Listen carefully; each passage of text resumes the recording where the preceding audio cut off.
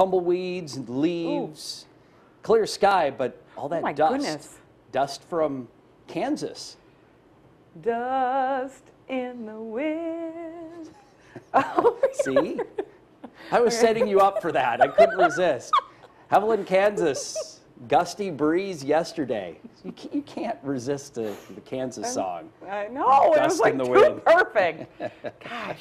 Well, I was looking at one of my friends down in Atlanta area was showing some cool imagery that you can see the dust from the Central Plains just across North Georgia. It's kind of like stopping. Sure.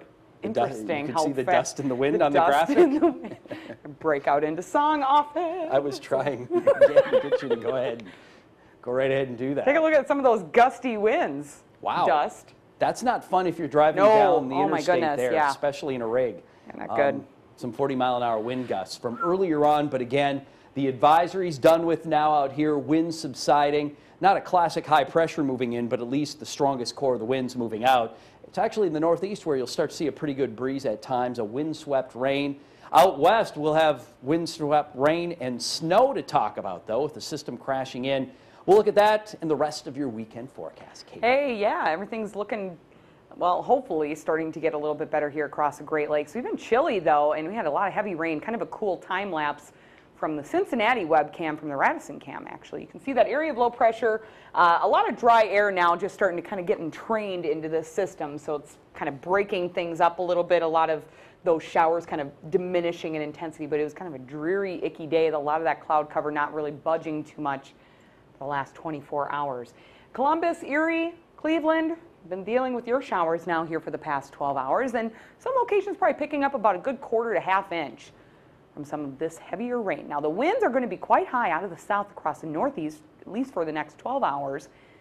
And they're still a little bit on the breezy side on the back edge of this system, but not nearly as high as they were a couple days ago when it originally ramped up. Winds are very warm, and folks in Maine may see temperatures up to 20 degrees warmer than normal tomorrow. It's cool, though, across the Great Lakes, still for another day. Mount Washington webcam, you can see some of the fall color in the background, but it was kind of dreary as well here earlier on. We did have some severe weather earlier as well.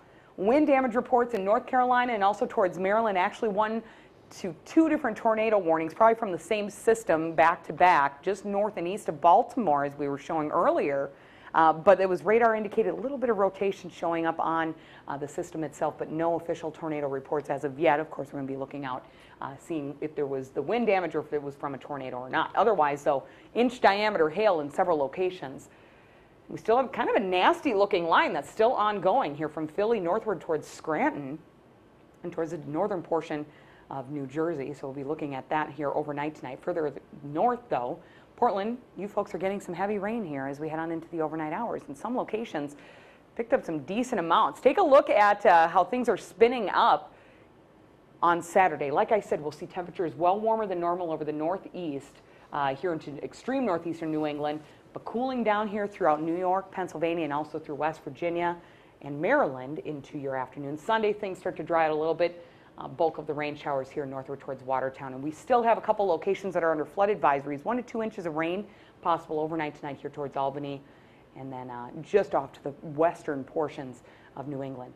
Berkeley, California, Mace, that is a marine layer if I've ever seen one. Wow, yeah. Today, San Francisco, and then again there around Berkeley. Different story than yesterday where we had record highs or very close to records. Today, though, more of an onshore flow, and here you go. You have, unfortunately, this low gray shroud of clouds hanging right at the coast.